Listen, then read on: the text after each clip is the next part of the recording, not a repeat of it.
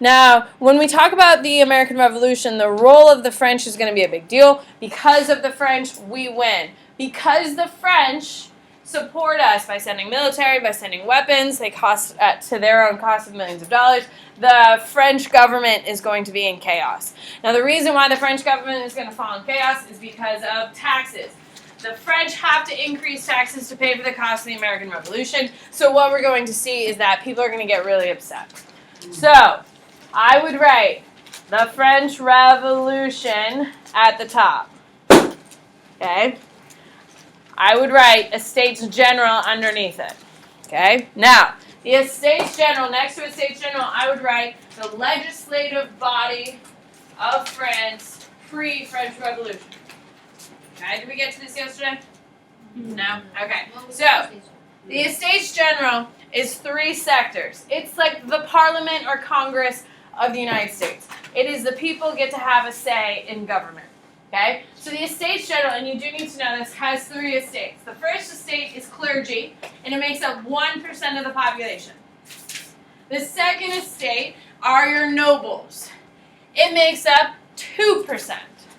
And then the third estate is going to be your normal people, you and I.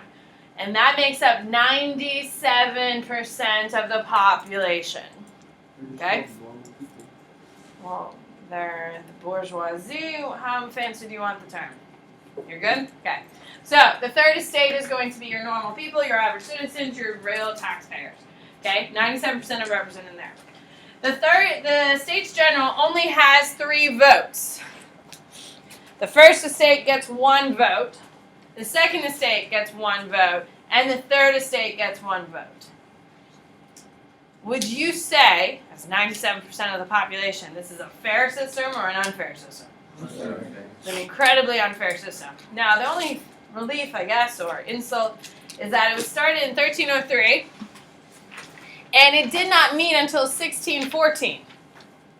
And it's now going to be called in 1787 by Louis XIV. Now I'd write down Louis XIV. And Louis XVI, not Louis XIV. Louis XIV is the second king. Louis XVI is going to be your last king of France. He assembles the Estates General because he needs to increase taxes by 20%. Now, you are not taxpayers. I will tell you right now, if Obama, Trump, or whoever the next president is going to be, whatever your political leanings are, if any president increases the tax by 20% here in the United States of America in 2017 or whatever year, America will burn itself down. The people will revolt. 20% increase of taxes is insane. Okay? It's a ton of money. Every country will lose its mind. Doesn't matter what type of president is on the chair. Doesn't matter. Everyone loses their mind. Guaranteed. Okay? When people fight about tax increase, it's typically about 4 to 5% tax increase. Imagine 20% tax increase. People will lose their minds. So, when Louis XVI goes to the Estates General and asks them to increase taxes in 1789 to 20%, how do you think people are going to respond? Not great. Not well. So, they're going to vote. Remember, the first estate has 1% of the vote. They're going to vote. What do you think they vote? Yes or no? First of all, they're clergy. They don't pay taxes. What do you think they're going to vote? Yes or no? An increase? Yeah. Nobility. Nobility didn't actually have to pay any taxes either. That was part of the cushion of being nobility. So do you think they're going to vote yes or no? Yes. Yes. So 97% of the population would like to vote what? No. But guess what's going to pass anyway?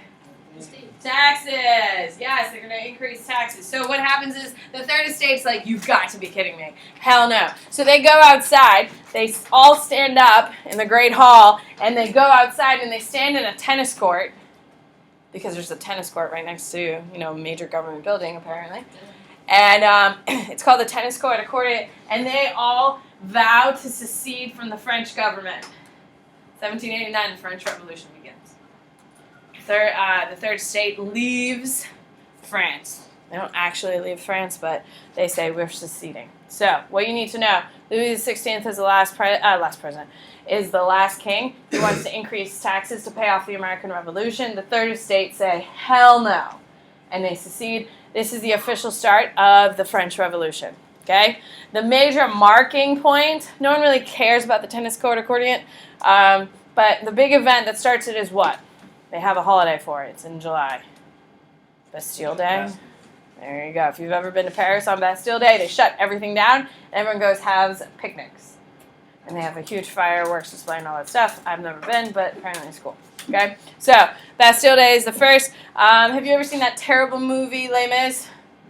Is it bad? It's horrific. First of all, they literally don't stop singing. Like, I wasn't prepared for 3 hours of singing. I'm going to put my cookie in some milk. No, they don't stop singing. It's awful. Thank God. But not all musicals, they sing the whole damn time. The majority. It's terrible. Anyway, if you've ever seen that terrible movie, at the very end, you know how they start barricading and doing all these crazy wild things? That's Bastille. They start attacking. If you've never seen it, it is not worth it. Don't do it. It's good. It's really good. Okay. So, you're going to want to hear this. So, French Revolution occurs. They create the National Assembly. You're going to want to write that down. Okay? French Revolution occurs, the Bastille, they're going to create the National Assembly. Okay? It is a democratic government structure. Now, when we talk about the French Revolution actually occurs from 1789 when the Third State leaves the Estates General and rebels all the way past the Napoleonic Age. Okay? So that's a long time that we call the French Revolution. Historically, when we talk about the French Revolution, we break down into 3 sections. French Revolution, which is 1789 to 1793, which we'll get to in a second. Okay, so we're still in the French. Okay, so they're going to write the Declaration of Rights of Man and Citizen. It is really important that you understand the Declaration of Independence. You need to be able to compare the American Revolution and the French Revolution, by the way. The American Revolution, we use very vague language. All men are created equal. Did we mean that in 1776 when we actually wrote it? No, we only meant who? White rich men. White, rich, landowning men were the only ones who were equal. All the women, all the people of color, ethnicity, they weren't really important. If you were Jewish, oh hell no. Okay? So, all of these people not included. In France, they don't care about women. They're not dealing with women. They are just focusing on the men, and they're more explicit in their language. Declaration of Rights of Men. It is important to know, in France, though, they issue the Declaration of Women and Females, or whatever it is, immediately. In France, they're trying to get equal rights for women in France at the same time, but they keep it very separate, because the men don't want to include them. Okay? What we're going to have is individual rights is going to be a big thing. Okay? You need to know that the quote of the French Revolution is liberty, equality, fraternity. They were all about men's rights, had nothing to do with women. Okay? It's going to bring France back to even more of a patriarchal start here. Okay? Now, they are going to force a new constitution, but they're going to get tired of having the king. The French Revolution, as a historian, technically ends in 1793. So it starts in 1789 and ends in 1793 with the execution of Louis XVI and his wife and his 2 kids. Because you have to kill the kids, people. You have to kill the kids. Okay? Now, this will transform the entire world. The world will never be the same after the French Revolution. The American Revolution is this whole explosion of Enlightenment ideas that is inspiring. The French Revolution is going to spread a whole idea of conservatism around the world. It's pretty horrifying when you have a king whose family has been in power for about 800 years being executed. Can we agree? Okay, it's a shocking thing. It terrifies the whole world. Okay? So, when we talk about the French Revolution, it's in 3 segments. The French Revolution, the second part, which is what your new title is going to be, is called the Reign of Terror. Okay? Now, the Reign of Terror is going to start in 1793 and go to 1799. Okay? And the biggest player of them all is Maximilian Robespierre. Okay? He is known as the Incorruptible. Okay? So what obviously is he going to be? Correct, absolutely. Okay? It is under Maximilian that France is going to invent something that's going to make all this killing really, really functional and really, really mechanized. And what is that? Guillotine is going to be created under him. Now, he is supposed to find all the enemies in the new state. Now, remember, you need to be able to compare the American Revolution and the French Revolution. The American Revolution, once we kick all the Brits out of the Americas, we keep a lot of the English ideas. Okay? We need to have a legislative body, and we need to have someone in charge. Okay? When George Washington was our president, we wanted to call him King Washington, and George was like, no, no, no, no, no, no, no, let's not call me King. So they called him His Excellency, and then by the end of his 8 years in office, they got it down to president, which is why we call our president president. Okay? So we took a lot of the English ideas, we kept some of them, got rid of other things, made a democratic system. That is not what's happening in France. Under Maximilian, with the revolution fully done, there is no king in power, they redo everything. So much so, instead of having 12 months a year calendar, they go to 14 months. Instead of having a 7-day week, they go to a 10-day work week.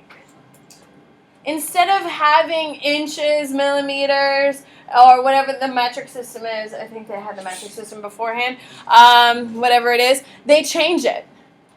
They change every single component, and they also abolish religion. Now, France has been a very, very devout Catholic, and they also have some very, very devout Protestants. It's now illegal to practice religion. Do you think this is extreme or not extreme? Very extreme. Very extreme. If you go to a very far extreme, do you think this is going to be successful or unsuccessful? Unsuccessful, and that's the big difference. The American is pretty moderate. The idea of overthrowing a government to start a new government is this radical idea, but how they did it was actually pretty... They kept a lot of things and changed very few things. Does that make sense? The French just literally light everyone's world on fire and go through like that. They're also trying to find enemies of the state, which means they're going to execute 40,000 people. And of that 40,000 people, 4 of them are going to be of directly royal blood, which means it's the royal family, on top of all the descendants, and that's going to be about 2,000 people that are straight up descendants of royalty. They're going to kill all the nobility, and they're going to kill anyone who says anything negative. Now, if you're going around on a witch hunt trying to find enemies of the state and spies of the state, do you think you're going to kill a lot of innocent people? Yeah. Do you think this is a good time to be in France? No, it is a very, very dark, dark, dark time to be in France. When this is all going on, they try to create a new government. This new government is called the Directory. Okay, so during the French Revolution, one of the only things they do is the National Assembly. During the Reign of Terror, they do create this thing called the Directory. The Directory is going to exist till 1779. It is a weak state. It's a democratic government completely, but it's going to be a weak state. What is going to happen? The Jacobean Party is in complete control during the Reign of Terror. The Jacobean Party is going to be a radical group. They're the ones changing the calendars, destroying religion and all that stuff. Because they spend so much time gathering people and killing people, and changing everything, they don't really have that much time to run a government. So it's a really scary time. The government is not functioning. People are just getting killed. Are the people of France happy or terrified? Terrified, and that's exactly where we're going to fall. All right, to the boards. Here we go. On your whiteboard, please tell me, what year does the French Revolution begin? You need to know your dates. You need to know your dates. Good. Grace, when does it start? 1789. 1789. On your whiteboard. Have a good day. I'll see you in a few.